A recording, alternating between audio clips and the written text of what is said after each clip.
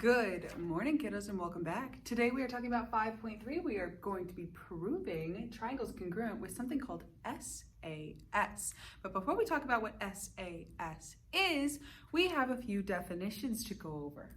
Our first one is going to be something called an included angle.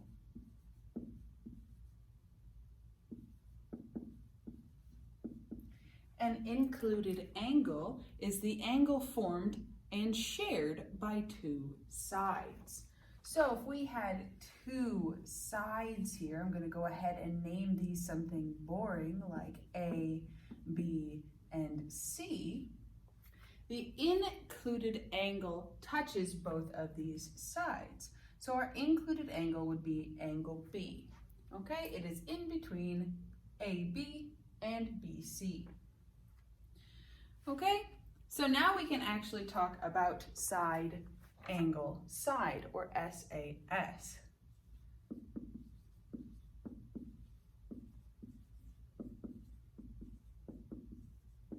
So I'll read the definition here.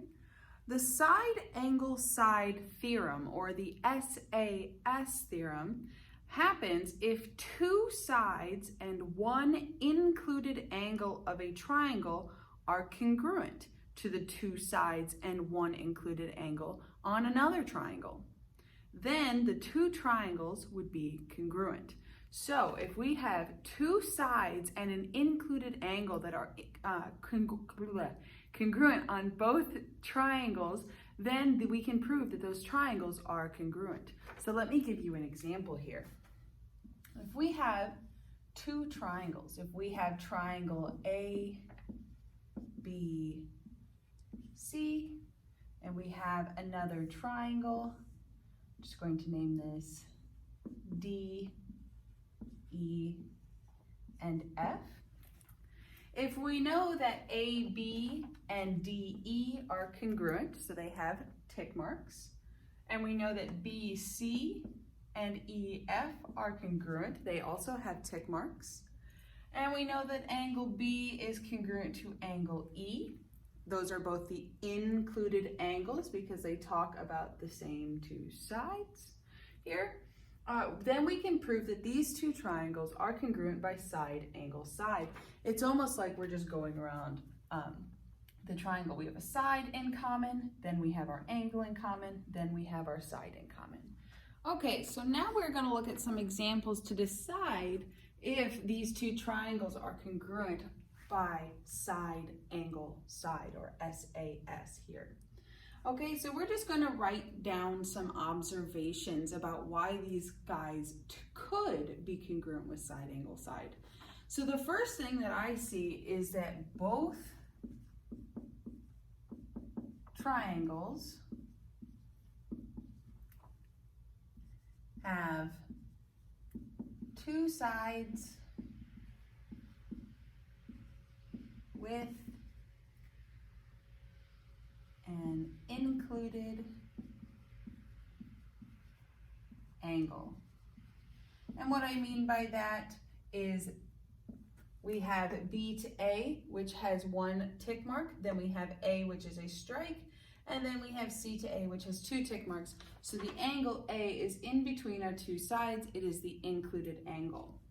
Okay, and then on our second triangle, E to D has one tick mark, D to F has two, and angle D is in between, or the included angle between those two sides that we're talking about. Okay, so I would say that because the angle is in between the two sides, again, we go side, then our angle, then our side, side, then our angle, then our second side. Then I would say that these two things, these two triangles are congruent, and what we want to do when we know that two triangles are congruent is to draw a little triangle, and then pick one point. I'm going to start at our angle, and then go through one tick mark to our second point, down to our third point, and then through the two tick marks. So I'm going to name this first triangle ABC, is congruent to, which is just an equal sign with a little squiggly over it, our second triangle, so we have to draw another triangle here. And I did our angle through our first side, down another side to our third angle here, and then back through the two tick marks.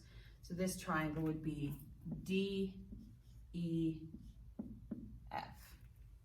Okay, so these two triangles are congruent by side angle side.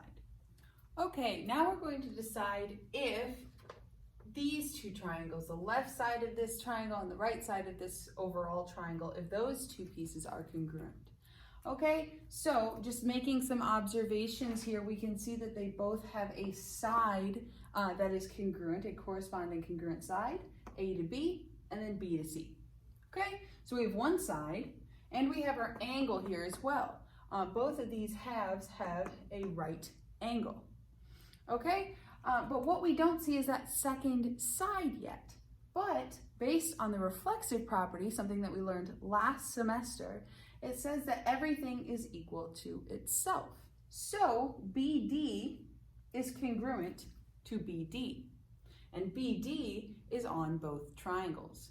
So if we include the segment B to D, then we have a side, an angle, and a second side on this right triangle, and then again a side, an angle, and a side.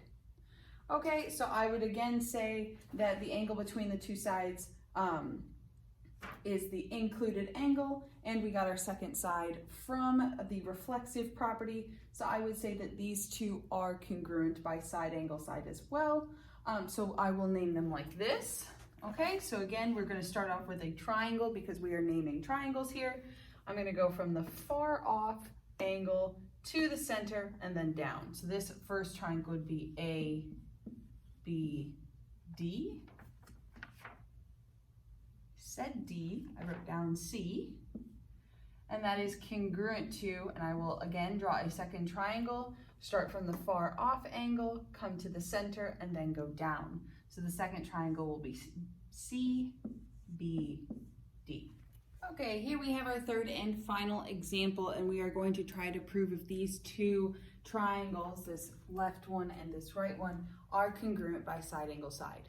Okay, as we can see, we have two sets of tick marks here. So that shows you that we have two sides, but we do not have our included angle. Okay, the included angle would be in between the two sides that are marked with tick marks, or angle C, both sides of angle C. But those are not marked as congruent. However, we have a little secret. We know that the two angles on opposite sides of intersecting lines are congruent because they are vertical angles. So we know that both sides of angle C are congruent. So now we have two sides and the included angle, which lets us say that this is side angle side. So to write a congruency statement, or to say that they are congruent, we will first draw a triangle. And I'm going to start at B and then move through one tick mark to C, or strike, or angle, and then through the second tick mark to get to A. So this first triangle would be B, C, A. And that is congruent to triangle. Again, starting way up here, now we want to go through the first tick mark to our strike, and then through our second tick mark. Okay, so this triangle would be D, C, E.